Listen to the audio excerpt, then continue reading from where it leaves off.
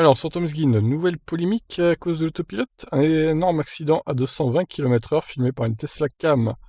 Une Tesla Cam a filmé un crash impressionnant qui relance les questions sur la sécurité de l'autopilote et de son utilisation pour le grand public. La Tesla Cam permet d'avoir des retours directs sur ce que vivent les utilisateurs de Tesla sur la route. De nombreuses séquences capturées par les caméras des Tesla sont aujourd'hui accessibles sur le net. Elles donnent parfois de précieuses informations sur l'usage des véhicules de la firme d'Elon Musk, mais témoignent aussi parfois des limites de certaines technologies implémentées par Tesla sur ces modèles. C'est notamment le cas de l'autopilote, bien que pratique, cette fonctionnalité est énormément critiquée, notamment car il n'est pas encore ancré dans nos habitudes de laisser une intelligence artificielle gérer des tâches critiques qui peuvent compromettre des vies humaines. Bon, alors après on nous dit que le système n'est pas fiable à 100%, blablabla, on nous fait cliquer sur d'autres articles.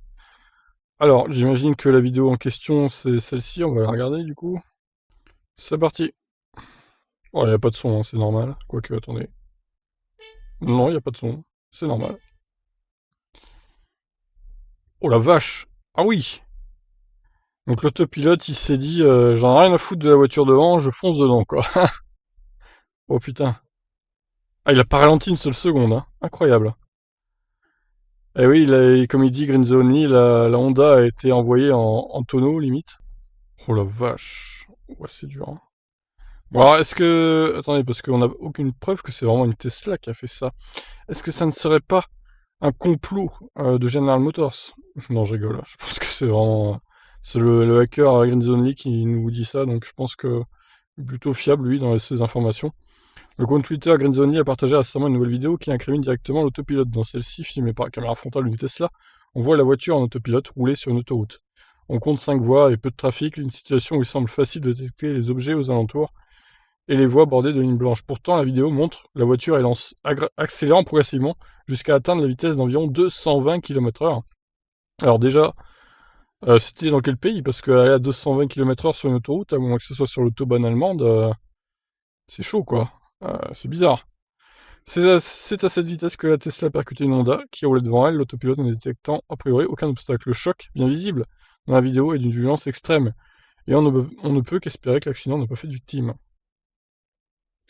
Alors là, on a les images de la Honda, du coup. Vraiment, je vais vous montrer ça en gros. Alors par contre, je suis allé sur son Twitter à Grenzoni et on revoit la vidéo, mais cette fois avec les vitesses. Il était pas du tout à 220, en fait, il était plus à 130. Parce que là, vous avez les infos, du coup. L'auto-steer, l'angle de volant et tout. Regardez, il a tapé à 137 exactement. Donc on est loin des 220 quand même, hein. Alors il met aussi, du coup, que le truc rouge autopilote clignotait.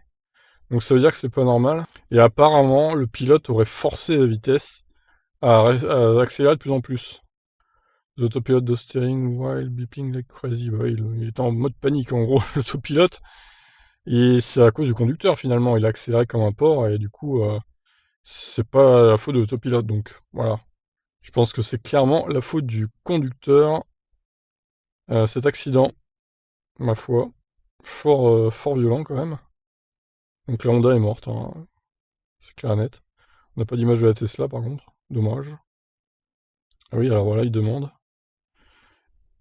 Est-ce qu'il y a des photos de la Tesla? Bah non, il n'y en a pas. Dommage, dommage. Bon, bah écoutez, voilà, hein. C'est quoi ce graphique-là? Attends, mais ce mec a accès à toutes les données des véhicules, hein, c'est incroyable. C'est un vrai pirate, lui, hein. Pour le coup, bravo.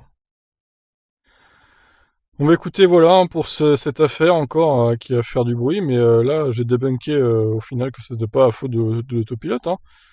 C'est le conducteur qui accélère comme un porc jusqu'à ce que la voiture, clairement, aille taper la Honda, donc c'est pas du tout la faute de l'autopilote sur ce coup-là. Je vous laisse réagir, qu'est-ce que vous en pensez? Heureusement qu'on avait les données parce que ça a été très utile. Puis la voiture n'allait pas 220 km/h non plus. Titre putaclic de Tom's Guide, comme souvent. Je sens encore Casta qui va gueuler sur le titre de Tom's Guide. Bon, sur ce, je vous laisse réagir. Ciao, ciao.